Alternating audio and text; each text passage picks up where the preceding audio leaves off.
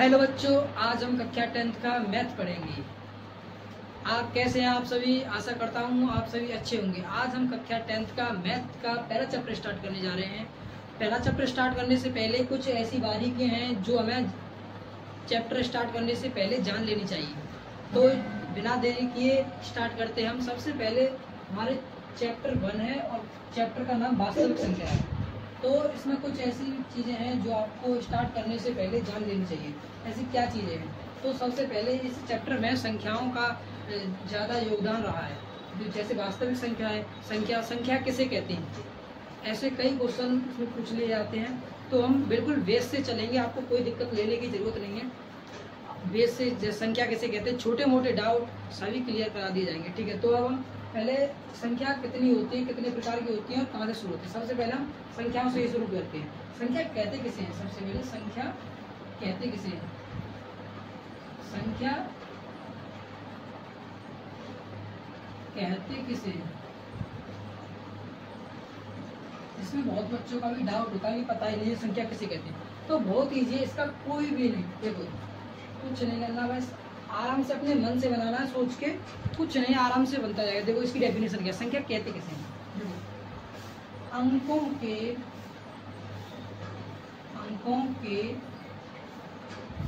मिश्रित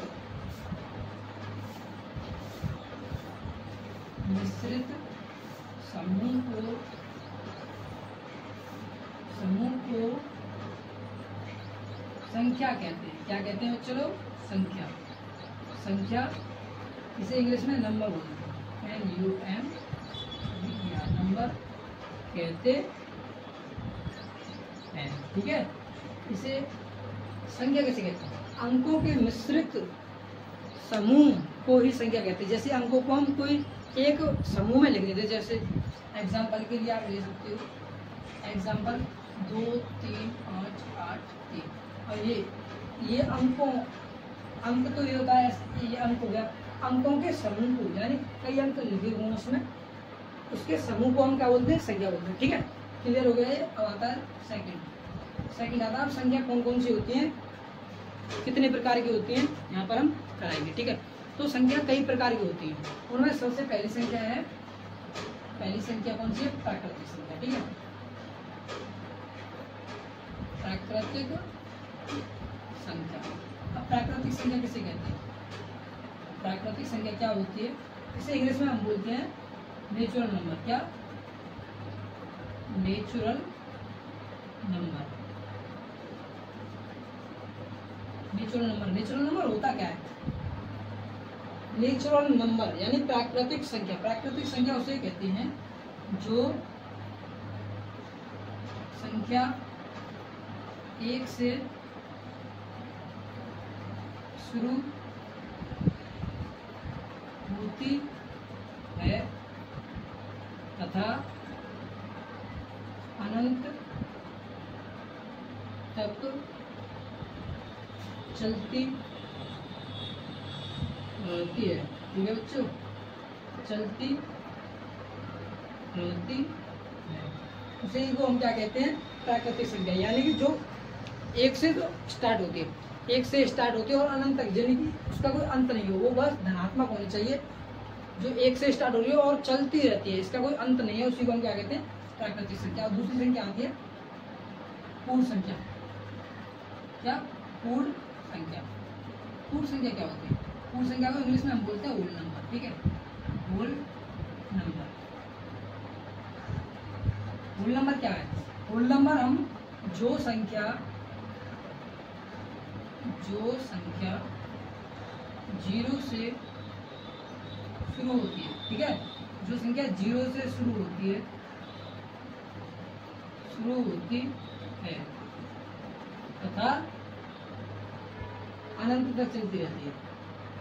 ठीक है बच्चों, जो संख्या 0 से शुरू होती है और अनंत तक तथा अनंत तक चलती रहती है, अनंत तक चलती रहती है। जो संख्या 0 से स्टार्ट हो और अनंत तक चलती रहती हो, यानी कि इसका भी कोई अंत नहीं होता है। ठीक है, अब तीसरी संख्या आती है हमारी। तीसरी संख्या हम लेंगे सम संख्या। किसे कहते हैं? सम संख्या। ये बहुत इम्पोर्टेंट है, ये आगे तक आपके काम आएंगी। ये संख्या, ये आपको याद करना बहुत ही जरूरी है, ठीक है। सम संख्या को इंग्लिश में बोलते हैं इवन नंबर, ठीक है। क्या इवन नंबर है, इवन नंबर। अब इवन नंबर कहते किसे? इवन नंबर हम बोलते हैं जिन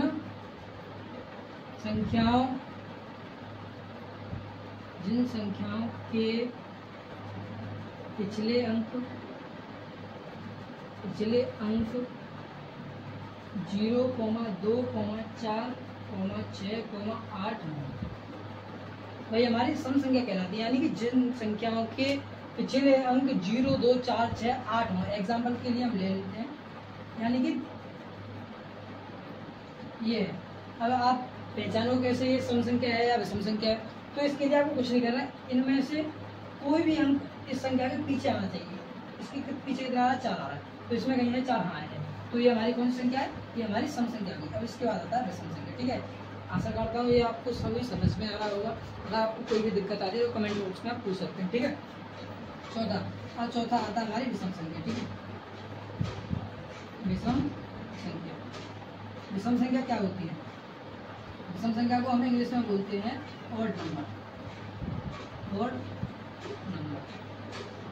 ऑड नंबर क्या होते हैं? ऑड नंबर हम बोलते हैं जिन संख्याओं के पिछले अंक 1, 3, 5, 7, 9, ठीक है बच्चों। जिन संख्याओं के पिछले अंक इनमें से कोई आ जाए तो वह विषम संख्या कहलाती है। अगर इनमें से कोई आए तो वो सम संख्या कहलाती है। यानी कि सम संख्या विषम संख्याओं के अपोजिट होती है, यानी कि विपरीत होती है, ठीक है। एग्जाम्पल के हम ले लेते हैं। एग्जाम्पल यानी कि जिन संख्याओं के पिछले अंक ये इनमें से कोई भी आना चाहिए, ठीक है। तो 3, अब देखिए यहाँ पर कोई भी आ रहा है, इसके पिछला अंक कितना 3 आ रहा है, इसमें कहीं 3 दिख रहा है आपको, हाँ ये रखिए। यदि इनमें से आ रहा है, ठीक है, तो सही है। ये हमारी कौन सी संख्या होगी? विषम संख्या होगी, ठीक है। तो आप इसे उतार लीजिए या स्क्रीनशॉट ले सकते हैं आप। तो मैंने वो सारा मिटा दिया। आशा करता हूँ आपको सभी समझ में अच्छी तरह से आया होगा, ठीक है। तो हमारी 4 संख्या हो गई। अब आती है पांचवी संख्या। पांचवी संख्या कौन सी है? हमारी प्राकृतिक संख्या हो गई, कूट संख्या हो गई, सम संख्या हो गई, विषम संख्या हो गई। आती है हमारी अभाज्य संख्या। अभाज्य संख्या संख्या क्या होती है? इसे हम इंग्लिश में बोलते हैं प्राइम नंबर। प्राइम नंबर, ठीक है। अब ये होती क्या है? अभाज्य संख्या होती क्या है? ठीक है, तो अभाज्य संख्या जो संख्या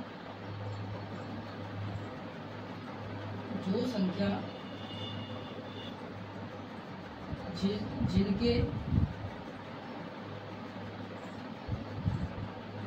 दो गुणनखंड है,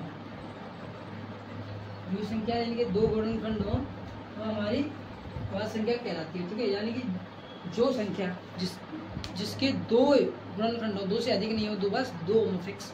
जैसे कि हम एग्जांपल के लिए ले लेते हैं 2, ठीक है। और आपसे ये क्वेश्चन भी पूछ लेगा कि सबसे छोटी अभाज्य संख्या कौन सी? तो सबसे छोटी अभाज्य संख्या 2 है, क्योंकि आप देख सकते हैं जिसके 2 गुणनखंड होने चाहिए।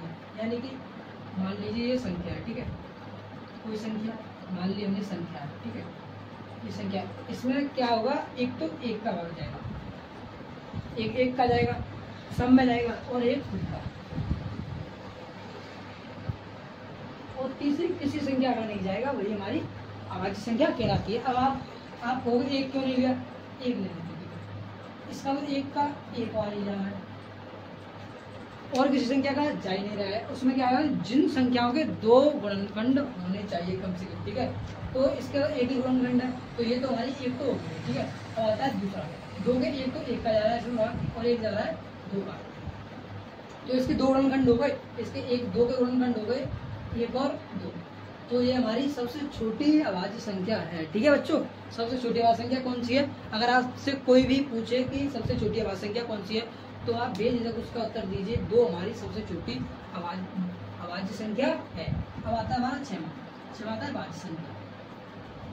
भाज्य संख्या, भाज्य संख्या किसे कहते हैं? ठीक है, तो भाज्य संख्या को इंग्लिश में हम बोलते हैं, इंग्लिश में कॉम्पोजाइट नंबर। ठीक है, कॉम्पोजाइट नंबर,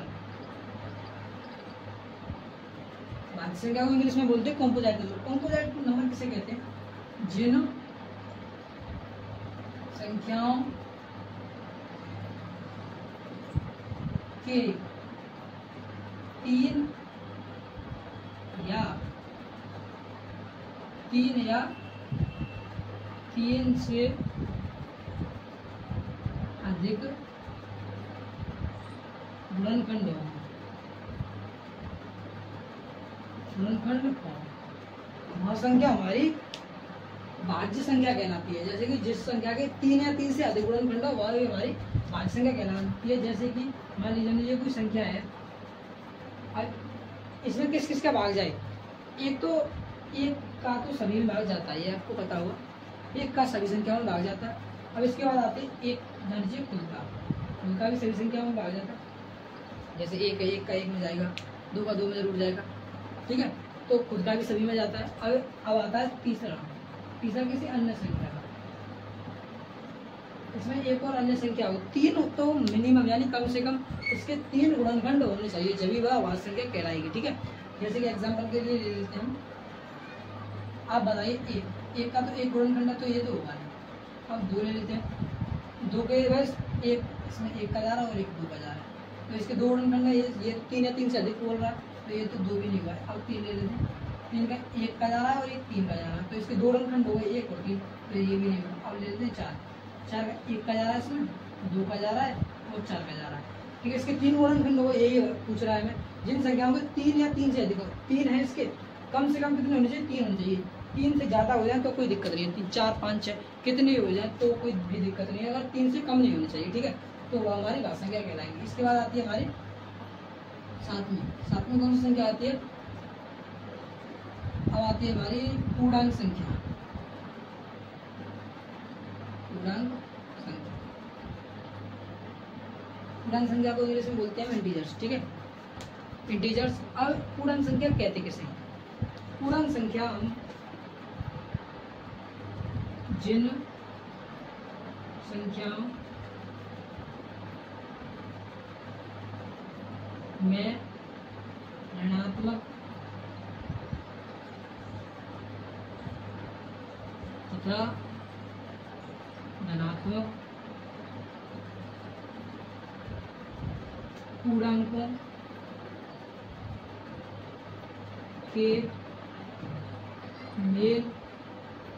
से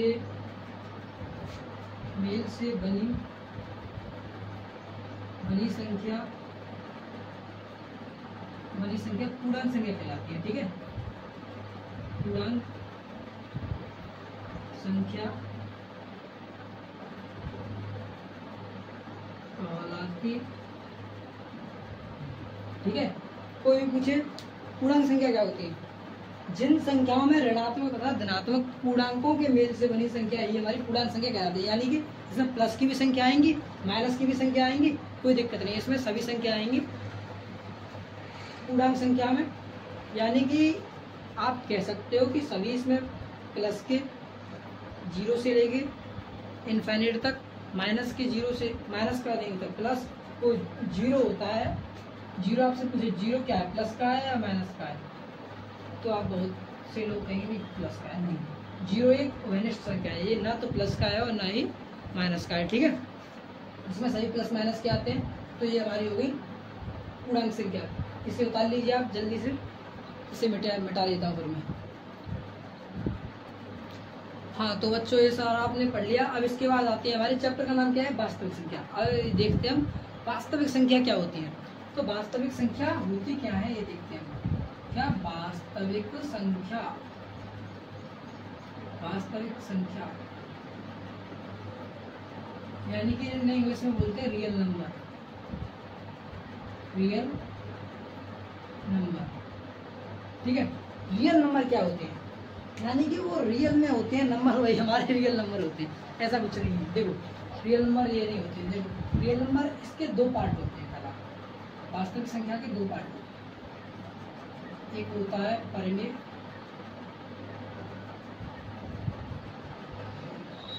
परिमेय संख्या, और एक होता है अपरिमेय संख्या। ठीक है, परिमेय, परिमेय संख्या और अपरिमेय संख्या। परिमेय संख्या को इंग्लिश में बोलते हैं हम रेशनल नंबर, रेशनल नंबर, और इनको बोलते हैं रेशनल नंबर। ठीक है, रेशनल नंबर। और परिमेय संख्या क्या होती है, परिमेय संख्या हमारी होती है, देखते हैं परिमेय संख्या। ठीक है, परिमेय संख्या जो संख्या पी बट्टे क्यू के रूप में लिखी जाती है। ठीक है, पी बट्टे क्यू के रूप में लिखी जाती है। ठीक है, तो हमारी क्या कहलाती है, परिमेय संख्या कहलाती है, जो पी बट्टे क्यू के रूप में, यानी कि जो सही के रूप में या भिन्न के रूप में हो। जैसे कि एग्जांपल ले सकते हैं हम, एग्जांपल 5/6, 6/, से काट लेंगे तो ये होगा आपका 3/1। ठीक है, और आप ये 3, ये परिमेय संख्या है या नहीं, बहुतों का डाउट होता है। तो कोई भी संख्या से वह हमारी परिमेय संख्या होती है, क्योंकि इसके नीचे हम 1 लगा लेंगे, 1 का 3 भागेंगे तो 3 आएगा, 3 आएगा ना, तो इससे कोई दिक्कत नहीं होती है। इसके नीचे हम 1 लगा लेते हैं, या भिन्न भी होती है, सभी अंक होते हैं, वह भी हमारे परिमेय संख्या में ही आते हैं। इसके बाद आता है हमारा अपरिमेय संख्या। ठीक है, अपरिमेय संख्या, परिमेय संख्या क्या होती है। ठीक है, इसे हम इंग्लिश में बोलते हैं रेशनल नंबर। इसे हम बोलते हैं जो संख्या p/q के रूप में लिखी